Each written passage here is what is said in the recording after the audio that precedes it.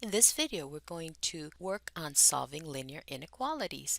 And so before we do that, let's take a look at this table here and just remind you of what the inequality symbols represent.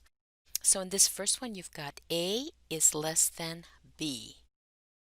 And the second one is A is less than or equal to B. The third one is A is greater than B. And the fourth one is A is greater than or equal to B. Now, some of my students try to remember which inequality symbol is which several ways. This first one here, the less than symbol, kind of looks like you could write the word less than. If that helps you to remember, then that's one way. The other thing is that the symbol always opens towards the bigger number. The symbol is open towards the B, so that means that A is less than the B. And down here, the symbol is open towards the A, so that means A is greater than B. So I don't know if that will help you, but find a way that you can keep these two symbols clear in your mind. And so we're also going to talk about interval notation. And so I want you to look at these four different graphs.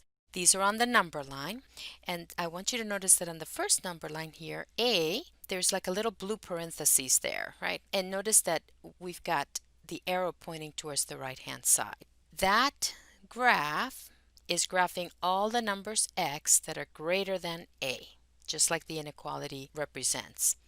And the way that we represent that in interval notation, a couple things I want you to know. In interval notation, you will always have the smaller numbers on the left side of the comma, and the bigger number will be on the right side. So it's always the interval notation follows the drawing.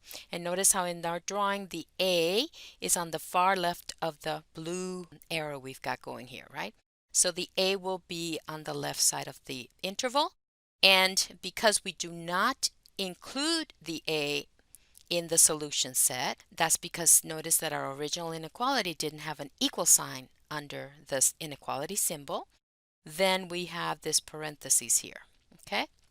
That means A is not part of this solution. X is going to keep growing and growing with no limit, right? So these are going to be big numbers over here. So the symbol we use for that is infinity. And infinity always has a parentheses. These three expressions here, these three things, represent the same idea. X is greater than A, the number line graph with the A with a parentheses and all of the numbers to the right of A that are part of the solution. That also means x is greater than A. And then this interval, A comma infinity, like that with the parentheses, means the same thing, x, all the numbers that are greater than A. Taking a look at the second picture that we have here, it looks very similar to the first picture. The only difference you may notice is that you have this bracket here, and that bracket is going to represent the equal sign. So this is x is greater than or equal to A. Now we include the A in the solution, so we put a bracket, and then we'll have an arrow that points to the right. And when we go to the interval notation, again, our A is our smallest number, so it is on the left of the interval, and it also now has its bracket that tells us A is part of this graph. And then going to infinity, and infinity always has a parentheses. Case number 3, here we have x is less than A. Now we have the parentheses on A going to the left, because now we want all the numbers that are less than that number, less than A. And so that arrow is going to point towards the left-hand side. And notice that now A is our biggest number in our interval. So A moved to the right-hand side of the interval. You see that? And then A is not included, so we have a parentheses at A. Over here, we have negative infinity. So positive infinity will be to the right of the number line, and negative infinity is on the left. These are really small negative numbers, right? Like negative 1,000,000, negative 1,000,000,000,000. Those are all the way to the left of the number line. So we have this representation here with parentheses negative infinity. So all three of these represent the same idea. X is less than A. The graph with the arrow pointing towards negative infinity, pointing to the left, and then this interval notation all represent the same idea.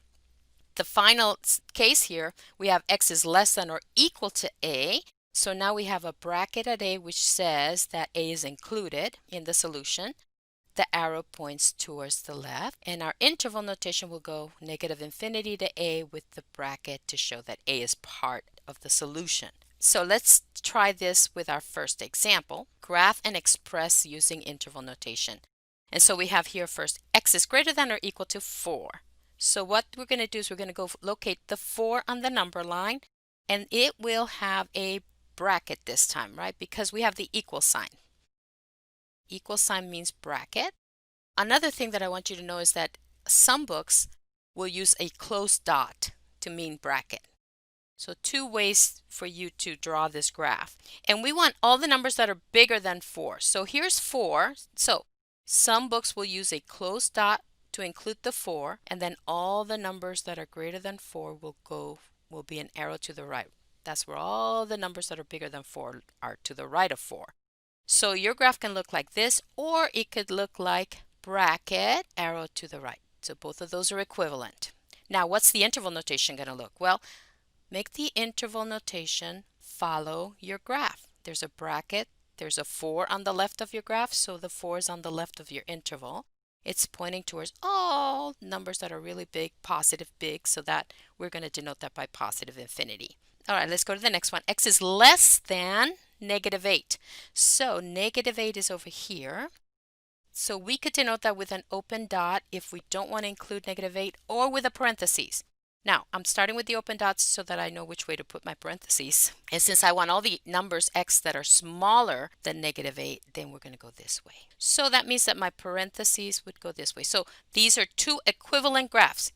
You don't have to graph them both. It depends on the book that you're using, depends on the system that you're using, but these are both equivalent. Now, what is the interval that goes with that? Well, negative 8 is our bigger number. So it's going to be on the right-hand side of the interval.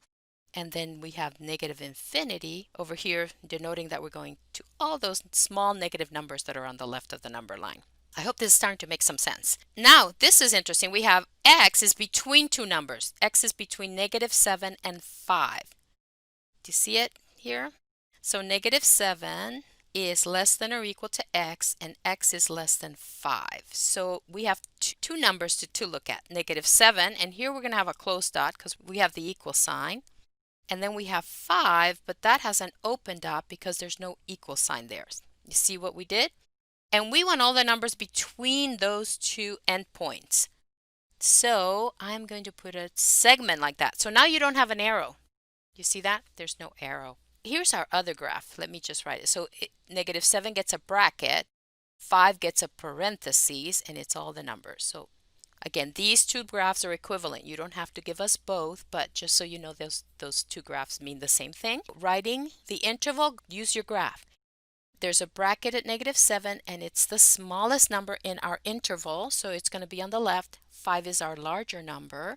We don't include 5, so there's a parentheses. So that's the interval notation. Okay, and I have one little tip over here with the arrows, number 1 and number 2. If your variable x is on the left side of the inequality, if you write it the way that number 1 and number 2 are written, then I want you to notice that the tip of the arrow kind of matches the inequality symbol. You see that? And see over here, the tip of the arrow matches the inequality symbol. So I don't know if that helps you. This box says that an inequality in one variable can be written in one of the following forms where a, b, c are real numbers and a is not 0. So now we are getting into a bit more complicated inequalities in which you have more than one term. So our inequalities above, we had a single x, but now we're going to have a couple of terms.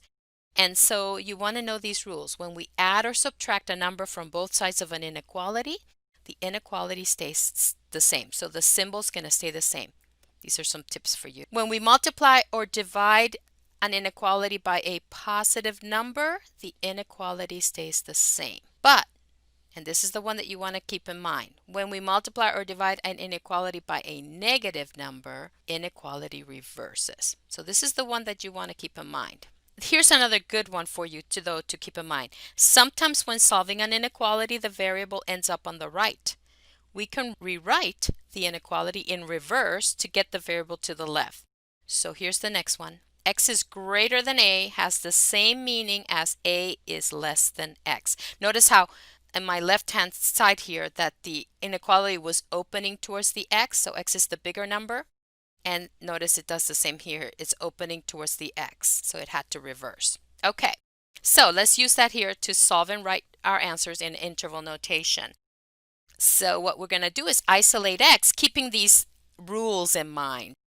So let's take a look at our first example. And we have x plus 11 is less than or equal to negative 12. We want to isolate the x on the left-hand side of that inequality.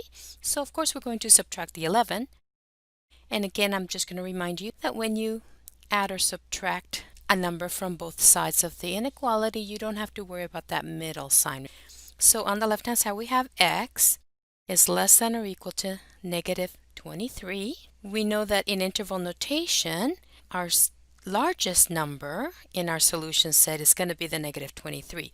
So that negative 23 will go on the right-hand side of our interval.